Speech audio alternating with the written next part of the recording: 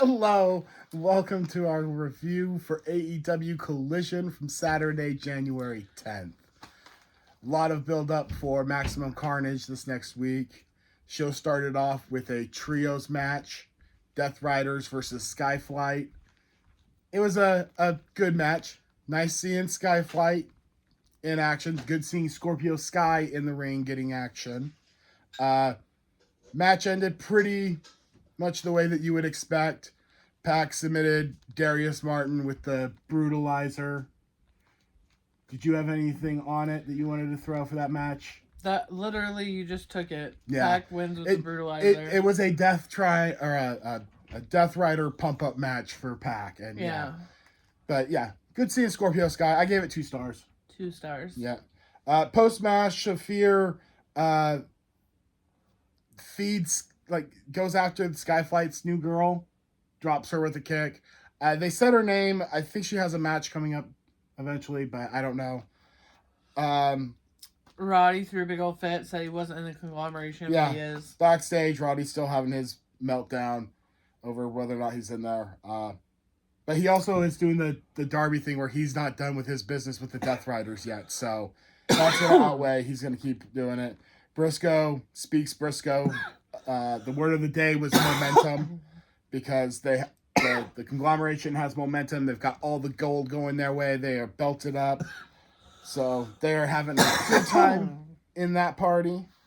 Match 2. I don't know if they said this was a standby match or whatever, but this was short and sweet. Brody King versus some jobber. Barry Brown.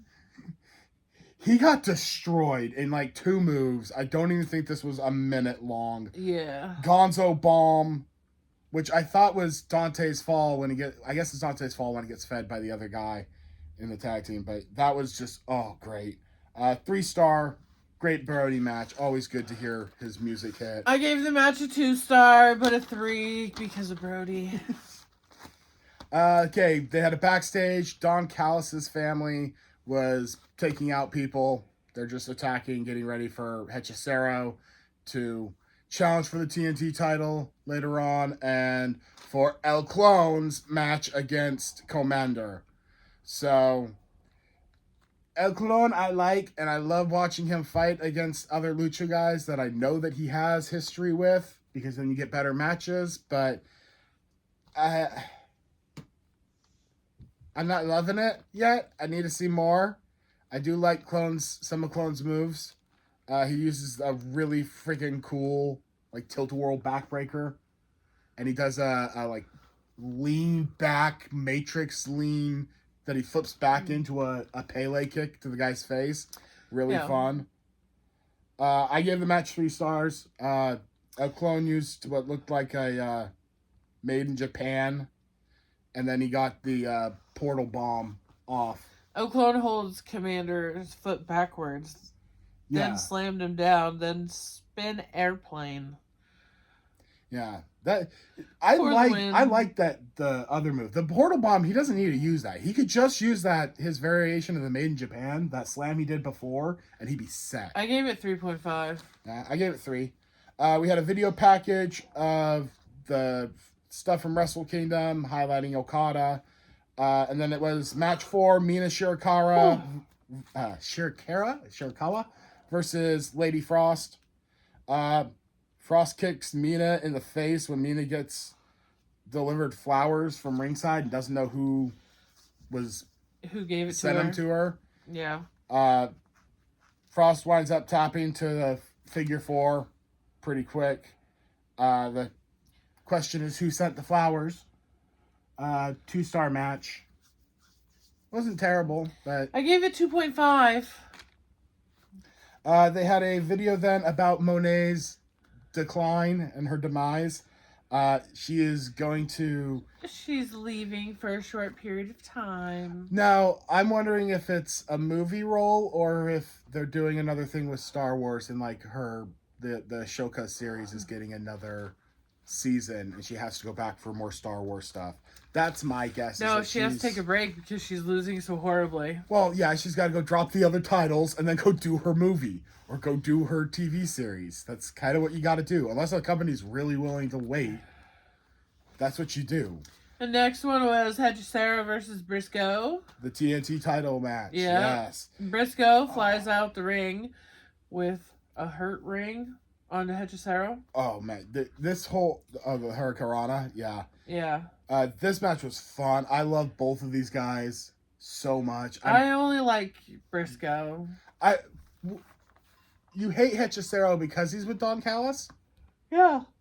So if Hechicero wasn't with the Don Callis and was in another faction, even a heel faction, would you hate him as much? Probably not. Okay. Because I love Hechicero. I just kind of wish he wasn't in the Don Callis family, but I get having Don's massive group is kind of efficient at having these people all have something to do, but not actually have matches. Yeah. What'd you rate that one? I rated this match a 4-star. Briscoe hit the J Driller and retained. It was really good all the way through. Hechicero's corkscrew tornado head scissor thing that he did towards the end. Wow. Yeah. But yeah, Briscoe retaining. He's going to have a good run with the championship. I can't wait for his next one. Backstage. Yeah, there was some backstage stuff before the next match. It was just the grizzled young vets and packages from Ortiz and Kingston going ahead of their upcoming match at Maximum Carnage. And then Kenny has his return coming at Maximum Carnage as well. And then there was a video package from FTR, but I literally had nothing on it because FTR stroking themselves off about how great they are. And I will give them it. They are fucking great, but I don't need to hear you guys stroke yourselves off every time you get. So. Next was a women's match. Maya and Haya World and Vixen versus Babes of Wrath and Chris Statlander. Yep.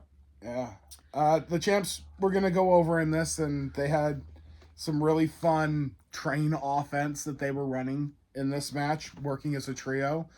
I think I don't know if Tony Khan is planning on expanding and making women's trio title, or this is all just an effort to expand the women's tag division by just having women get more reps in trios matches. But I was happy. I thought this was actually a really fun match too. I gave it a 3-star. I gave it a 4.5. Yeah, Statlander finished it off with the pile driver. Yep, on Vixen. Yeah, for Vixen, she was. I've seen her before. Apparently, she's a Texas native. She did really good. Yeah. And she fit in well with Mayan and Hyde.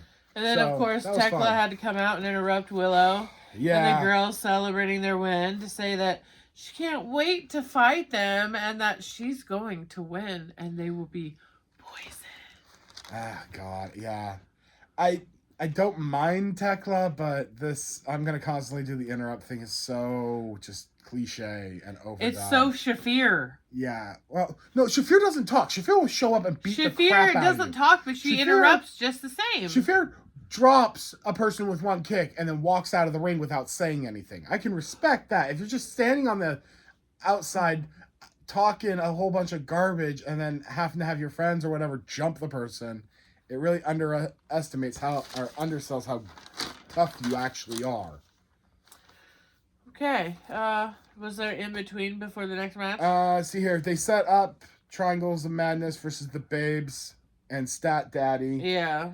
For Maximum Carnage. Then there was Don Callis bragging about Okada when Kyle Fletcher came in, telling Don, okay, Kyle did what he was supposed to, and we've got the retirement of Tanahashi's been done, but now we need to address Okada screwing up everybody during the C2 tournament.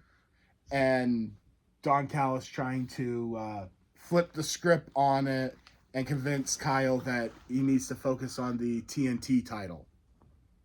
See, and then there was a video from Bandito for Maximum Carnage, him addressing MJF. He did the entire thing in English too, so it was a really good video package from Bandito.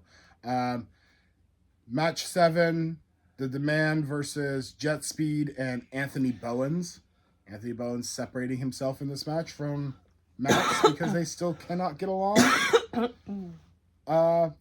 You want to run through anything on this match? I mean, it was Bowen good. stayed back when Jet Speed came out and started the match because he didn't want to run into Caster. So he waited to make sure Caster wasn't going to be part of it, and then he came out later on. Yeah. Bowen scissored Jet Speed. Yes, we actually got a scissor on. Let's see. Conglomeration comes in to defend Jet Speed, and Bowen's at the end. In the post match, yeah. Yeah. Bowen doesn't see a tag before he gets nailed. Before he nailed Ricochet with the Mollywop, and then the GOA slammed him with their tag team finisher, and were able to get the win. What'd you rate that? I gave it a 3.5. I gave it a 4. Yeah.